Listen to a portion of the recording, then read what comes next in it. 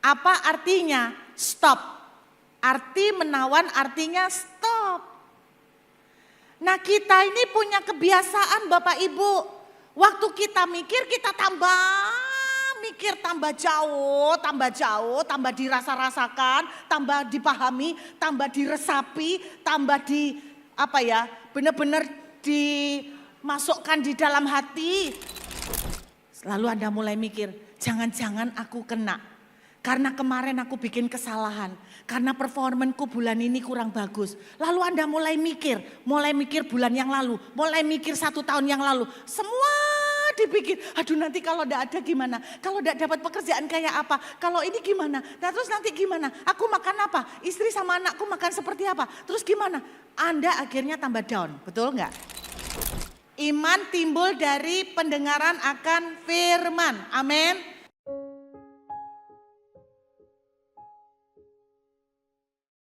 Bagaimana kita mengakses supaya kita keluar dari rasa takut.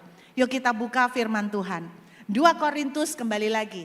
2 Korintus pasal 10 ayat yang kelima tadi. 2 Korintus pasal yang ke-10 ayat yang kelima. Kalimat terakhir. Kami menawan segala pikiran dan menaklukkannya kepada Kristus. Jadi gimana Bu kalau saya takut Bu? Takut keuangan saya, takut toko saya sepi, takut di PHK, takut dengan kondisi. Menurut firman Tuhan, pertama yang kita perlu lakukan menawan. Apa artinya? Stop. Arti menawan artinya stop. Nah kita ini punya kebiasaan Bapak Ibu. Waktu kita mikir kita tambah jauh, tambah dirasa-rasakan, tambah dipahami, tambah diresapi, tambah benar-benar dimasukkan di dalam hati. Lihat misalnya nih contoh. Kita takut kerjaan, ada ancaman PHK. Stop, jangan diteruskan. Bapak Ibu dengar, kita tidak bisa mencegah burung terbang di atas kepala kita. Yang namanya takut khawatir tidak perlu diundang. Tahu-tahu apa aja bisa membuat nyelonong, betul? Tadinya enggak apa-apa, enggak mikir apa-apa, tahu-tahu nyelonong tiba-tiba khawatir. Nah, kita enggak bisa mencegah itu datang, tapi yang bisa kita cegah, jangan biarkan burung itu sampai bertengger, apalagi bersarang, apalagi bertelur. Problemnya kita sering membiarkan bersarang sampai bertelur. Jadi contohnya gini, aduh kantor sudah mengumumkan akan terjadi pengefisiensian karyawan. Aduh, lalu Anda mulai mikir, jangan-jangan aku kena. Karena kemarin aku bikin kesalahan, karena performanku bulan ini kurang bagus. Lalu Anda mulai mikir bulan yang lalu, mulai mikir 1 tahun yang lalu. Semua dipikir, aduh nanti kalau tidak ada gimana, kalau tidak dapat pekerjaan kayak apa, kalau ini gimana, nah terus nanti gimana, aku makan apa, istri sama anakku makan seperti apa, terus gimana. Anda akhirnya tambah down, betul enggak? Kalau itu muncul, stop. Ambil keputusan, stop. Bu, bisa enggak? Bisa. Pokoknya jangan mikir ke situ lagi, pikir yang lain. Makanya saya bilang, ketakutan itu enggak bisa ditengking. Caranya didistract. Didistract itu dialihkan. Contohnya begini Bapak Ibu. Saya ajak Anda, pernah kita eksperimen kalau enggak salah. Coba Bapak Ibu bayangkan gajah warna pink. Yuk sama-sama yuk membayangkan gajah warna pink. Zaman dulu ada ya majalah Bobo. Terus ada yang bagian apa? Bona. Gajah kecil berbelalai panjang. Dulu ceritanya warnanya. Bisa bayangin enggak yang tahu majalah Bobo? Nah, yang enggak tahu majalah Bobo bayangkan dah imajinasi Anda gajah warna pink. Badannya pink, telinganya pink, ekornya pink, kakinya pink, mukanya pink, ya kan? Betul? Nah, sekarang Anda lihat ya gajah warna pink. Sekarang yuk sama-sama kita tengking. Coba bayangkan tadi gajah warna pink. Bayangkan terus Anda bilang gini, gajah pink pergi. Gajah pink, Anda lihat tuh mukanya pink semua. Pergi, gajah pink pergi. Saya percaya Anda akan pergi. Anda akan terus terbayang gajah pink. Makin dibayangkan terus ditengking makin kuat. Caranya gimana menghilangkan bayangan gajah pink? Gampang. Gajah pink, tadi bayangkan gajah pink gajah warna pink besar. Bayangkan lagi ya, yuk sama-sama kita bayangkan Bona. Sudah? Sekarang bayangkan ayam goreng. KFC. Anda suka apa? Dada, paha bawah, terus asapnya ngepul-ngepul. Terus ada harum sampai ngerasain harum. Ada bau nasinya, terus ada saus sambelnya di sampingnya. Terus Anda bikin french fries-nya, beli french fries-nya. Saya yakin ketika Anda membayangkan Kentucky Fried Chicken, gajah pink-nya hilang. Anda nangkep. Nah, itu yang kita harus lakukan dengan ketakutan. Yang pertama, kita stop sampai di situ. Kita alihkan kemana? Yuk buka Roma pasal 10 ayat 17. Roma pasal 10 ayat 17. Jadi iman timbul dari pendengaran dan pendengaran oleh firman Kristus. Jadi Bapak Ibu begini, waktu kita takut di PHK, stop. Jangan dibayangkan, dirasa-rasain sampai jauh. Stop. Waktu Anda bingung atau takut ntar gua ndak dapat jodoh gimana, umur sudah mulai 30, 32. Oh, saudara saya pernah ya ngomong di sini, ada satu divisi pelayanan yang gereja belum pernah bikin. Saya sudah kasih tantangan ini ke gereja-gereja, enggak ada yang mau Pak Rudi. Siapa tahu GB Salom mau. Divisi pelayanan take me out. Serius Pak.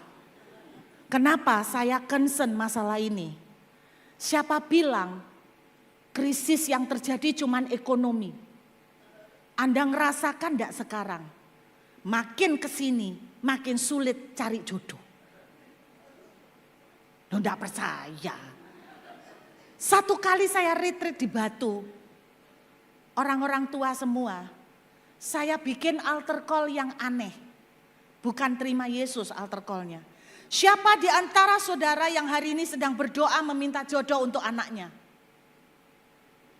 Tidak pernah saya sangka 90% maju. Ini krisis Pak. Bukan krismon Pak. Krisis take me out Pak. Serius. 90% maju. Loh iya.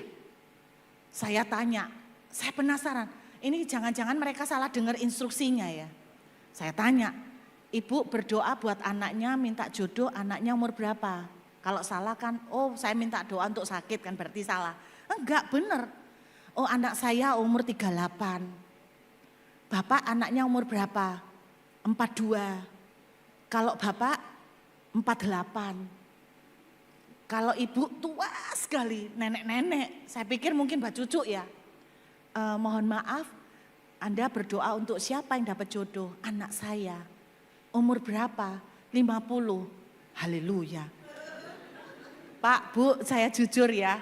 Doakan orang sakit flu itu gampang loh. Bapak Ibu pernah doakan orang sakit flu? Gampang ya? Tertekan enggak? Terpressure enggak? Tapi kalau Anda doakan orang sakit kanker yang sudah pakai mesin dan tinggal tunggu waktu, terus Anda mendoakan kesembuhan, kira-kira gimana? Sembuh gak ya? Sembuh gak ya? Sembuh gak ya? Sama, saya ketika doakan orang tua yang anaknya umur 45, 48 minta jodoh. Saya berbalik badan saya dan saya bilang gini, Tuhan imanku gak nyampe Tuhan. Serius. Jadi saya percaya gereja ini siapa tahu punya beban untuk bikin divisi take me out.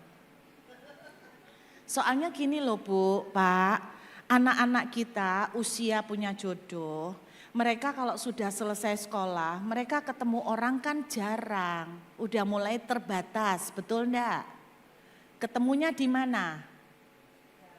Nah, sekarang saya tanya, tempat kerja yang jomblo berapa banyak? Itu pun belum tentu Kristen, betul enggak? Banyak yang sudah berumah tangga, terus suruh ketemu di mana? Di gereja, kebaktian umum, terlalu general, masuk ke komsel. Saya tanya, komselnya kalau ini cewek umur 32, komselnya komsel apa? Adik-adik. Komsel remaja. Berondong. Komsel apa? Dewasa muda umur berapa di sini? 25 ke atas. Tapi saya mau tanya, rata-rata yang masuk di komsel dewasa, ini cewek ya, kalau misalnya saya 35 tahun, saya masuk ke komsel dewasa muda, gimana kira-kira Pak Rudi? Ada potensi enggak ketemu jodoh? Sekali lagi masih berondong juga kan?